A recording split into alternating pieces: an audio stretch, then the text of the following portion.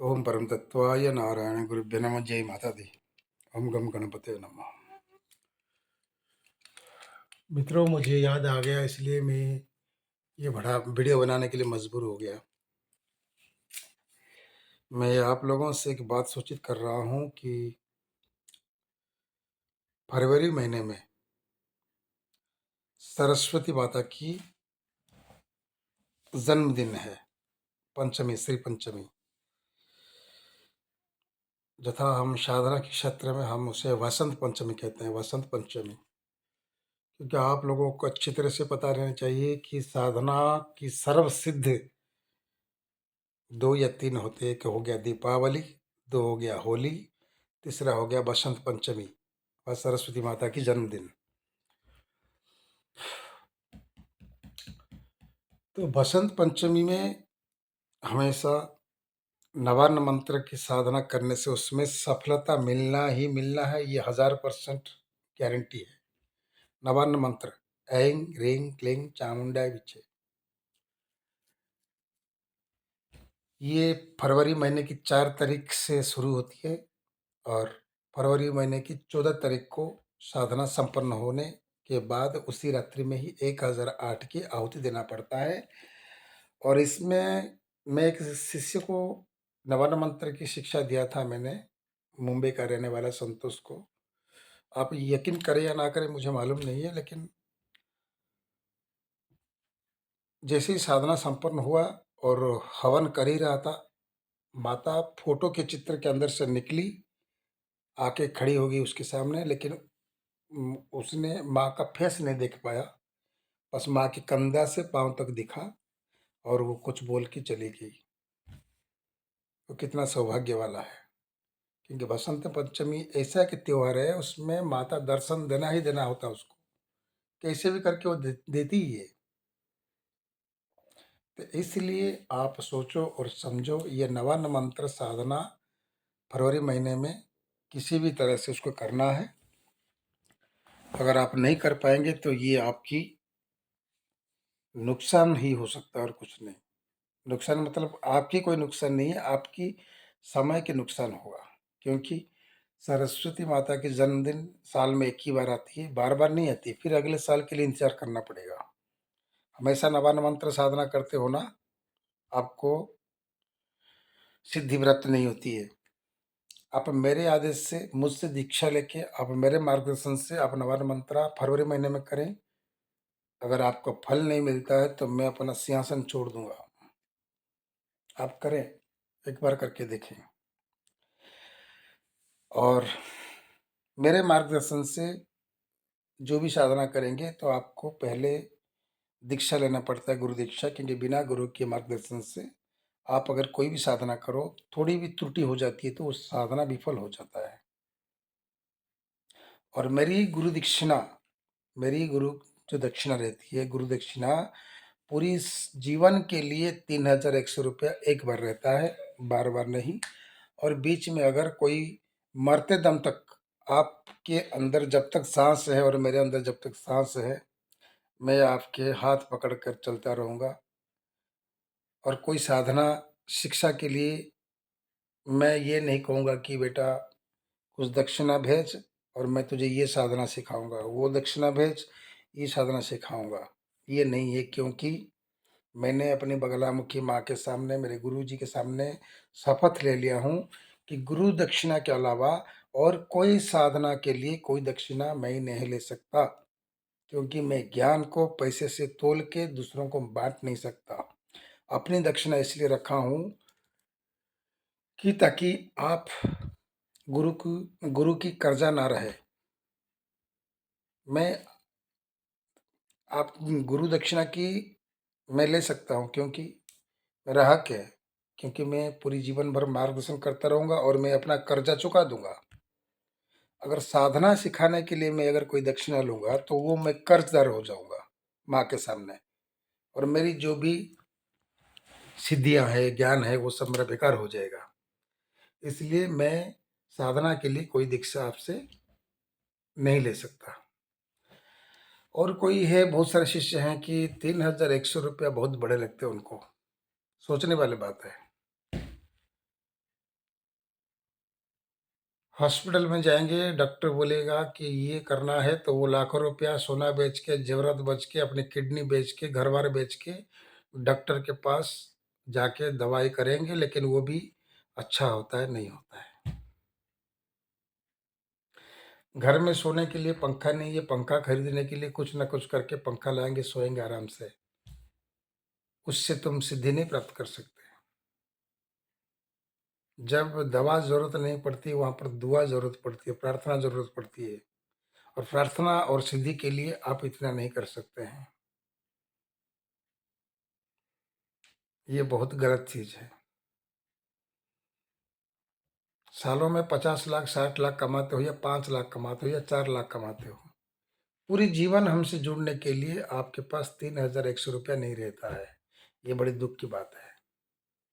जब भी फ़ोन करते हो, गुरुजी हमारे पास 100 रुपया देके हम दीक्षा ले सकते हैं? मतलब कहना नहीं चाहता, ये अपना आप सोचो थोड़ा दिल से। गुरुजी हम 1000 रुपया देके दीक्षा ले लेंगे? थोड़ा सोचो आप। ज़िंदगी भर 1 साल नहीं, 2 साल नहीं, 4 साल नहीं, 5 साल नहीं, सालों साल मरते दम तक, आखिरी साँसें तक जब मैं तुम्हारे साथ अपना वक़्त दूँगा, अपना आशीर्वाद दूँगा, मैंने जो प्राप्त किया हूँ सिद्धि उसका उसका भी आपको हक़ दूँगा,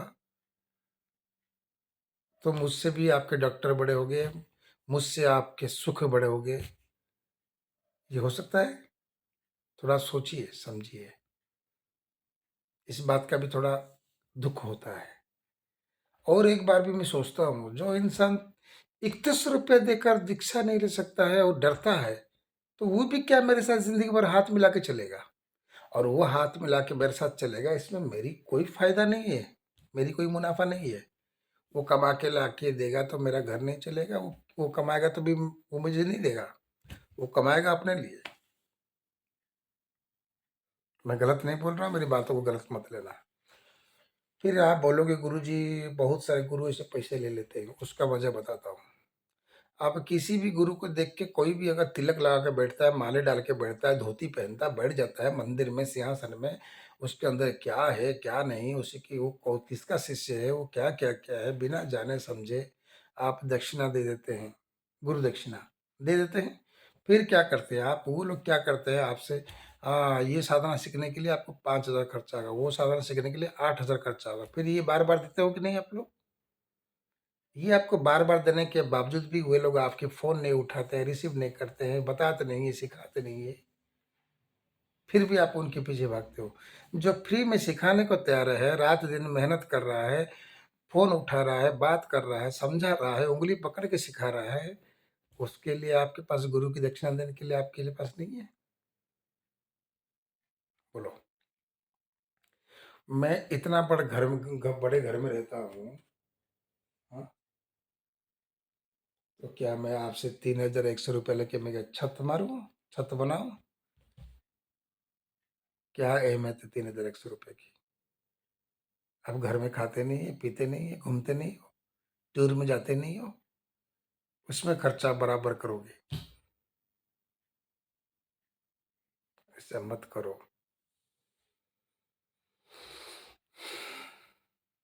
मैं इसीलिए जानबूझ के ज़्यादा ही दक्षिणा रख दिया। भले ही मैं ये जीवन में कोई साधना के लिए आपसे दक्षिणा ना लूँ, लेकिन दक्षिणा मैंने 3,100 रुपया रखने के बाद आपको ज़्यादा लग रहा है, लेकिन मुझे छोटा लग रहा है। लेकिन आपको ज़्यादा लगने के बाद भी मैं रखा हूँ, क्यों? क्योंकि जो व्यक्ति 3100 रुपया नहीं दे सकता है, गुरु को समर्पण नहीं कर सकता है, खंबे पीने के लिए, दारू पीने के लिए, सट्टा खेलने के लिए, जुआ खेलने के लिए, दोस्तों के साथ घूमने के लिए, हर चीज़ के लिए अर्थ रहता है। जब हमारे पास इतनी दक्षिणा रहे नहीं, हमारे लिए इतनी दक्षिणा नहीं रहता है, तो हम कैसे सोचे, कैसे विश्वास करें कि वो भी हमारे साथ चलेगा? दक्षिणा अगर ज़्यादा देगा ना, तो उसका मन करेगा नहीं मैंने भी, क्योंकि उसको बहुत बड़ा लगता है ना पैसा, तो वो भी सोचेगा कि अरे मैंने इतना पैसा दिया हूँ, मुझे तो साधना सीखना ही है। तो माइंड में प्रेशर आएगा। और वो भी मैं साधना के लिए नहीं मैं बता रहा हूँ। मैं अपने गुरु की आशीर्वाद की दक्षिणा के लिए बता रहा हूँ, और इसलिए बता रहा हूँ कि आपके मन के ऊपर जोर डालूँ, ताकि आपने पैसे दिए हैं और मुझसे साधना सीखनी है, सीखनी है। वक्त नहीं गंवाना है। ये बात सुन के बहुत कुछ कमेंट कर लेते हैं। एक तो माँ बहन कर दिया, और एक लिखा है, कुछ परसों लिखा था, क्या पाखंड बात करता है, मैं साधना फ्री में सिखाऊंगा तो पाखंडी, और पैसे लूँ तो अच्छा। तो चलो, गुरु दक्षिणा मत दो। आपको जो साधना सीखना है सीख लो, और उसकी साधना के हिसाब से हमें पैसे दे दो। आप बोलोगे कि हम अप्सरा साधना सीखना है, तो हम बोलेंगे 18,000। आप बोलोगे बगलामुखी साधना सीखना है, तो मैं बोलूँगा 25,000। अगर उससे सस्ता में कोई सिखा रहा है, तो जाओ, ये आपको पसंद है। गुरु की दक्षिणा देके गुरु से मुफ्त में साधना सीखना आपको पसंद नहीं है, मत करो ऐसा। मेरे इस हृदय से आप हृदय मिलाओ ना, नायक ना जान दे देगा शिष्यों के लिए। आप मुझे जानते नहीं हो, मैं दूसरे से बहुत अलग हूँ। भगवान कसम, मैं दूसरों से बहुत अलग हूँ। मैं 2 मिनट, मेरा क्रोध 2 मिनट के लिए, 3 मिनट में मेरा दिल पिघल जाता है। और मैं जिसके ऊपर क्रोधित होता हूँ, उसका नुकसान होना ही होना है, होना ही होना है, डेफिनेटली। 500%, 1000%। मैं जिसके ऊपर क्रोध हो गया, वो तो उसका तो बैंड बच जाएगा। इसलिए मैं क्रोधित होता नहीं हूँ, और जो भी क्रोध करता हूँ तो 2 मिनट के लिए करता हूँ, 3 मिनट में पिघल जाता हूँ।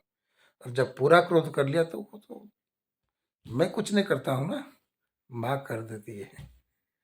मेरे बारे में जो लिखते हैं, वो सबकी बैंड बजती है।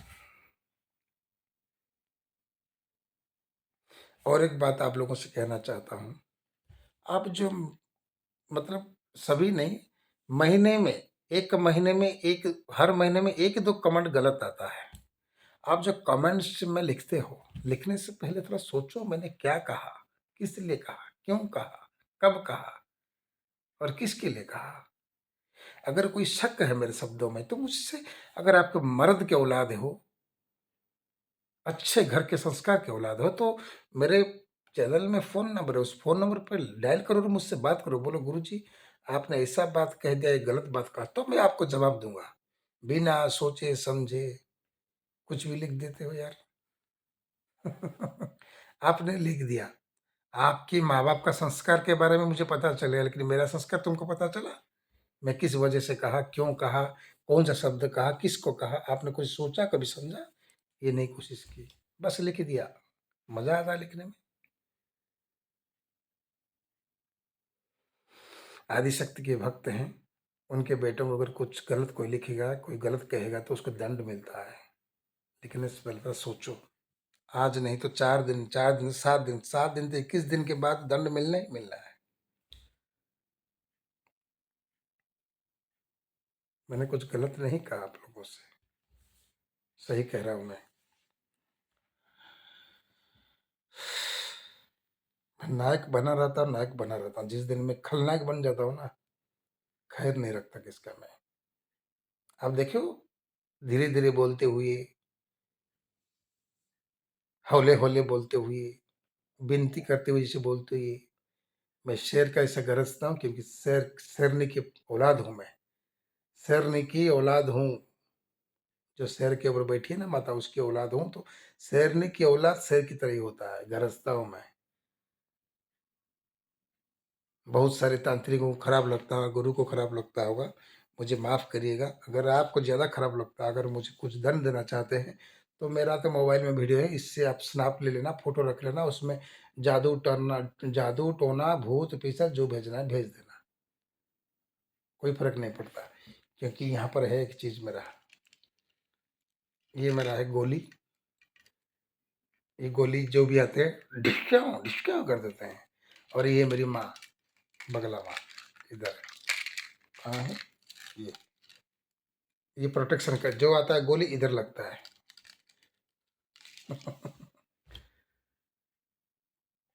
गाजर मूली समझे क्या? चाकू से काट लो और मैं पीस पीस हो जाऊंगा।